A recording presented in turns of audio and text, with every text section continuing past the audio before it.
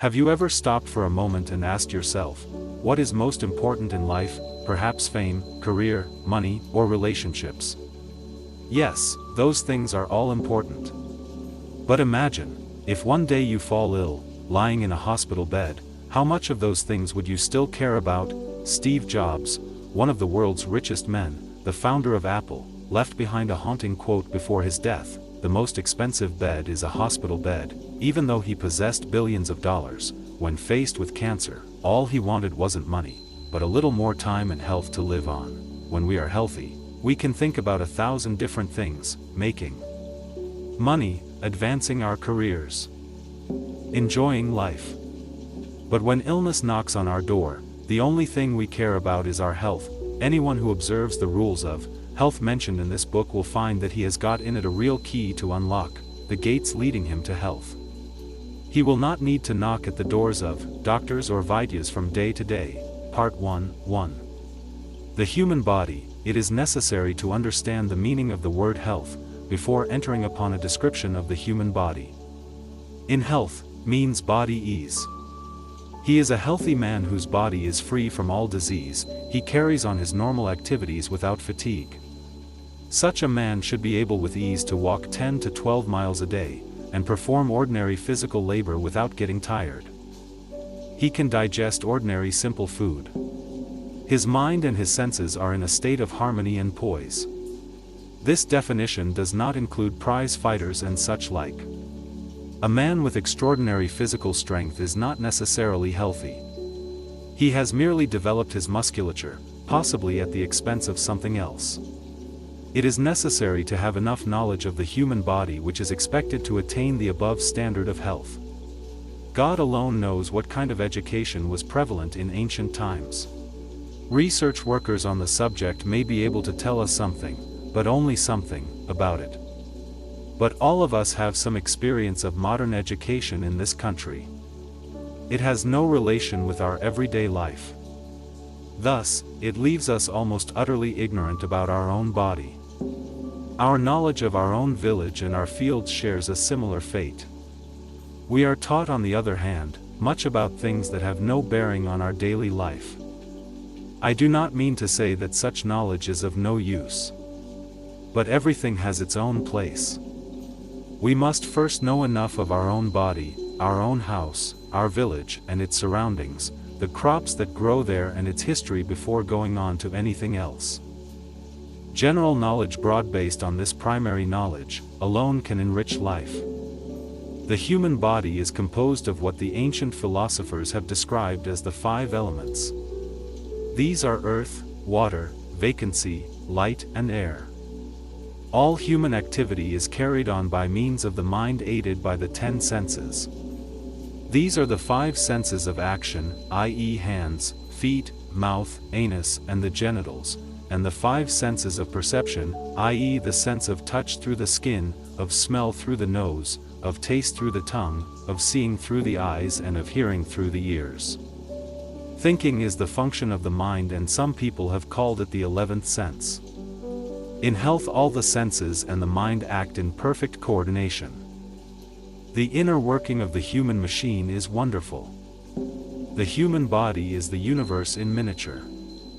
That which cannot be found in the body is not to be found in the universe. Hence the philosopher's formula, that the universe within reflects the universe without. It follows therefore that our knowledge of our own body could be perfect, we would know the universe, but even the very best of doctors and hakims and vaids have not been able to acquire it. It will be presumptuous for a layman to aspire to it. No one has yet discovered an instrument which can give us any information about the human mind. Scientists have given attractive descriptions of the activities going on within and without the body, but no one can say what sets the will going. Who can explain the why and wherefore of death or foretell its time? In short, after infinite reading and writing, after infinite experience, man has come to know how little he knows. A happy working of the human machine depends upon the harmonious activity of the various component parts. If all these work in an orderly manner, the machine runs smoothly. If even one of the essential parts is out of order, it comes to a stop. For instance, if the digestion is out of order, the whole body becomes slack. Therefore, he who takes indigestion and constipation lightly does not know the ABC of the rules of health. These two are the root cause of the innumerable ailments. The question that demands our attention next is, what is the use of the human body? Everything in the world can be used and abused. This applies to the body also. We abuse it when we use it for selfish purposes, for self-indulgence, or in order to harm another. It is put to its right use if we exercise self-restraint and dedicate ourselves to the service of the whole world. The human soul is a part of the universal spirit of God. When all our activity is directed towards the realization of this link, the body becomes a temple worthy for the spirit to live in. The body has been described as a mine of dirt. Looked at in its proper perspective, there is no exaggeration in this statement. If the body was nothing else but this, there could be no point in taking such pains to look after it.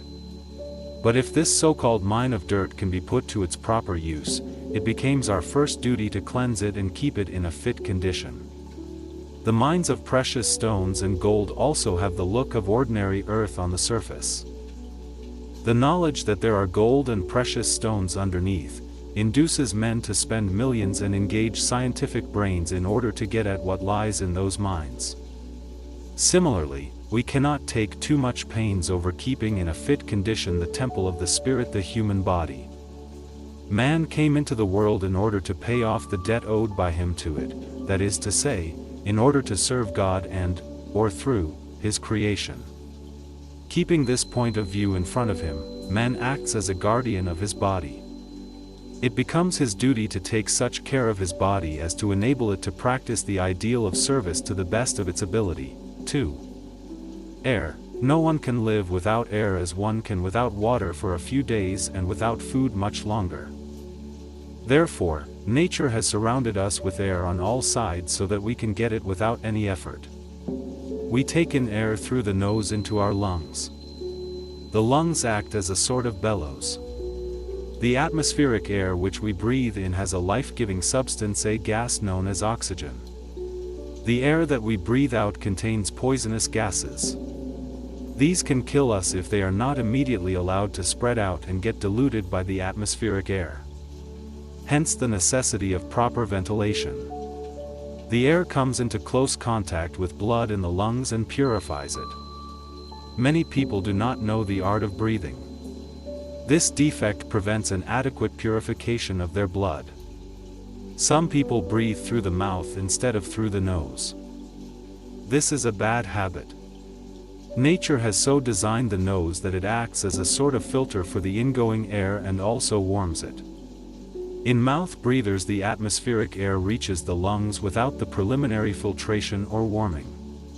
It follows therefore that those who do not know how to breathe should take breathing exercises. They are as easy to learn as they are useful. I do not wish to go into a discussion of the various asanas or postures. I do not mean to say that these are not important or useful.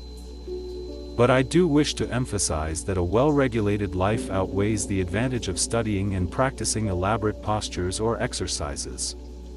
Any comfortable posture that ensures breathing through the nose and free chest expansion is enough for our purposes. If we keep the mouth tightly close, the breathing will have to be carried out by the nose. Just as we wash our mouth every morning, the nose should also be cleaned. Clean water, cold or lukewarm water, is the best agent for that purpose.